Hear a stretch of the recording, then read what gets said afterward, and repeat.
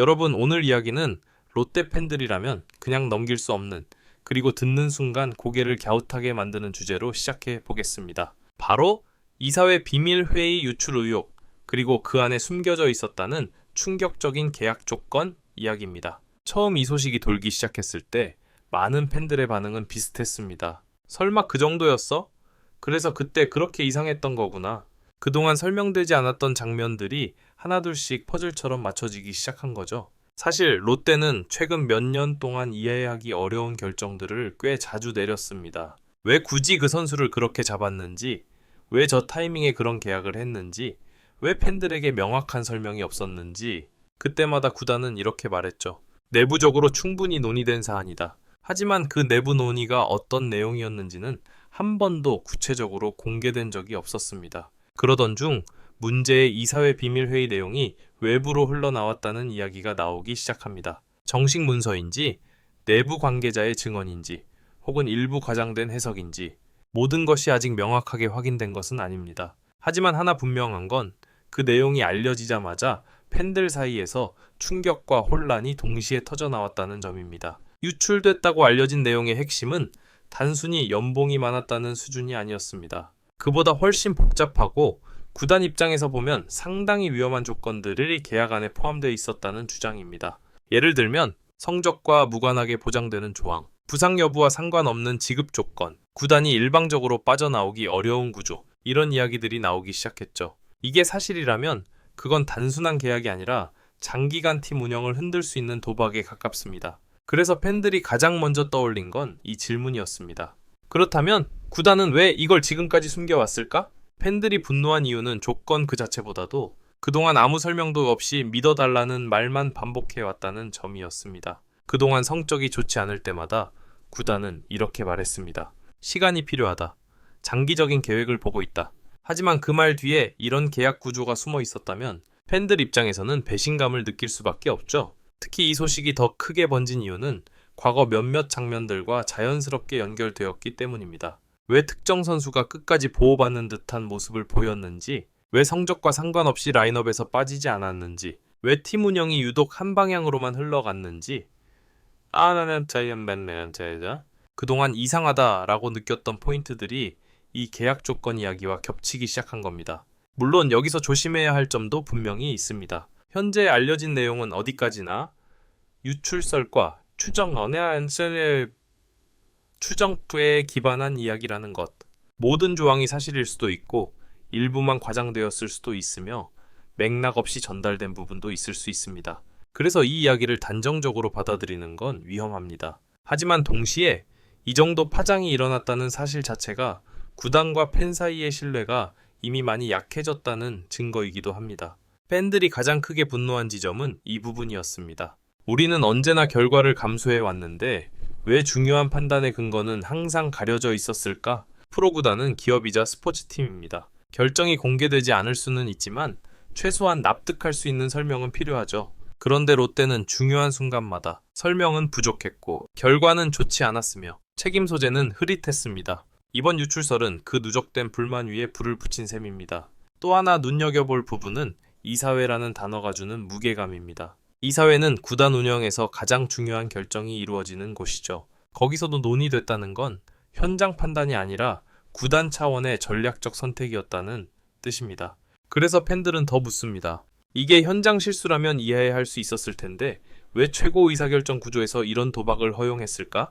여기까지 이야기를 정리해보면 이사회 비밀회의 유출 의혹이 제기됐고 그 안에 위험한 계약 조건이 있었다는 주장이 나왔으며 팬들은 조건보다 숨겨졌다는 사실에 더 큰 충격을 받았다. 이 사건은 단순한 루머가 아니라 롯데 구단 운영 전반을 다시 바라보게 만드는 계기가 되고 있습니다. 아직 확정된 사실은 많지 않습니다. 하지만 분명한 건 이 이야기가 그냥 사라지지는 않을 거라는 점입니다. 팬들은 이제 묻고 있습니다. 구단은 무엇을 숨겨왔고 앞으로는 무엇을 설명할 것인가? 이제 다음 2부에서는 이 계약이 실제로 어떤 위험을 안고 있었을지, 구단이 왜 이런 선택을 할 수밖에 없었는지, 그리고 이사회 구조 속에서 책임은 누구에게 있는지 조금 더 차분하고 구체적으로 풀어보겠습니다. 이제부터는 문제로 떠오른 그 계약 조건이 실제로 어떤 위험을 안고 있었는지, 그리고 롯데 구단이 왜 그런 선택을 할 수밖에 없었는지를 조금 더 현실적인 시선에서 짚어보겠습니다. 이야기가 자극적으로 흘러가고 있지만 중요한 건 감정이 아니라 구조입니다. 먼저 유출됐다고 알려진 계약 조건에서 가장 많은 팬들을 놀라게 한 부분부터 보죠. 핵심은 단순합니다. 선수에게는 안전기였지만 구단에게는 너무 많은 리스크를 떠안긴 구조, 성적과 무관하게 보장되는 금액, 부상 상황에서도 크게 흔들리지 않는 지급 조건, 그리고 계약을 중도에 정리하기 어려운 조항들. 이런 요소들이 겹치면 구단은 시즌 운영에서 선택지가 급격히 줄어듭니다. 왜 이런 계약이 위험하냐면 야구는 변수가 너무 많은 스포츠이기 때문입니다. 폼이 갑자기 떨어질 수도 있고 작은 부상이 큰 공백으로 이어질 수도 있으며 팀 전술이 바뀌면 역할이 애매해질 수도 있죠. 그런데도 계약 구조상 선수를 계속 기용해야 하거나 막대한 비용을 감수해야 한다면 그건 이미 스포츠 계약이 아니라 운영 리스크가 됩니다. 팬들이 떠올린 장면도 바로 이 지점이었습니다. 왜 저 선수는 성적이 안 좋아도 계속 기회를 받았을까? 왜 다른 선수보다 유독 보호받는 느낌이었을까? 이 질문들에 이번 계약 조건 이야기가 맞물리면서 그동안 이해되지 않던 선택들이 하나의 흐름으로 연결되기 시작한 겁니다. 그렇다면 롯데는 왜 이런 선택을 했을까요? 여기서 중요한 건 구단이 아무 생각 없이 도박을 한 건 아닐 가능성입니다. 당시 상황을 되돌아보면 팀 성적은 정체되어 있었고 팬들의 불만은 점점 커졌으며 확실한 변화를 보여줘야 하는 압박이 컸습니다. 이럴 때 구단이 흔히 선택하는 카드가 바로 상징적인 계약, 팬들에게 우리는 움직이고 있다는 신호를 주기 위해 다소 무리한 선택을 감수하는 경우죠. 문제는 그 상징적인 선택이 너무 긴 시간 동안 팀을 묶어버렸을 가능성입니다. 단기적으로는 관심과 기대를 얻을 수 있었을지 몰라도 중장기적으로는 운영의 유연성을 잃게 된 셈이죠. 그래서 이번 유출서를 접한 팬들은 이렇게 반응했습니다. 그때는 이해했는데 지금 보니까 너무 큰 대가를 치르고 있네. 이제 자연스럽게 이사회 책임론이 나올 수밖에 없습니다. 현장 감독이나 코치가 아니라 이사회에서 논의됐다는 점은 의미가 큽니다. 이건 전술적인 판단이 아니라 경영적 판단이었기 때문이죠. 이사회는 단기 성적뿐 아니라 재정 구조, 브랜드 이미지, 장기 전략, 이 모든 걸 함께 고려해야 하는 자리입니다. 그런데 그 자리에서 이 정도의 리스크를 감수했다면 팬들 입장에서는 묻지 않을 수 없습니다. 누가 어떤 근거로 이 결정을 밀어붙였는가? 더 복잡한 문제는 이사회 결정의 특성상 책임 소재가 쉽게 드러나지 않는다는 점입니다. 한 사람이 내린 결정이 아니고 회의록도 외부에 공개되지 않으며 대부분은 집단 판단이라는 말로 정리됩니다. 그래서 팬들은 답답해집니다. 결과가 안 좋았으면 누군가는 책임지는 모습을 보여야 하는 거 아닌가? 하지만 현실에서는 그 책임이 명확히 드러나는 경우가 거의 없죠. 이런 구조가 반복되면 구단과 팬 사이에는 자연스럽게 불신이 쌓입니다. 결과가 나쁘면 운이 없었다고 말하고 과정은 끝내 설명되지 않으면 짠짠짠 팬들은 결국 가장 나쁜 쪽으로 상상하게 됩니다. 이번 유출설이 이토록 큰 파장을 일으킨 이유도 바로 여기에 있습니다. 사실 여부를 떠나 그럴 수도 있겠다는 생각이 들 만큼 신뢰가 약해져 있었다는 거죠.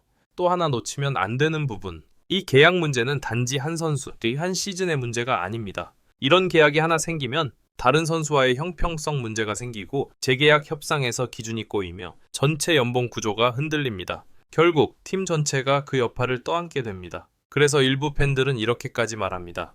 이건 지금 성적보다 앞으로 몇 년이 더 걱정된다. 하지만 동시에 조금은 냉정하게 볼 필요도 있습니다. 모든 구단은 성공한 선택보다 실패한 선택에서 더 많이 배웁니다. 중요한 건 이번 일을 어떻게 정리하고 앞으로 무엇을 바꾸느냐입니다. 설명할 건 설명하고 인정할 건 인정하고 같은 실수를 반복하지 않는 것. 이게 없다면 이번 논란은 언제든 다시 반복될 수 있습니다. 여기까지 2부를 정리해보면 문제의 계약은 구조적으로 큰 리스크를 안고 있었고 구단은 당시 상황에서 상징적 선택을 택했을 가능성이 크며 이사회 결정이라는 점 때문에 책임과 설명이 더욱 모호해졌다. 그래서 팬들의 분노는 계약 하나가 아니라 이런 결정이 가능했던 구조 자체를 향하고 있습니다.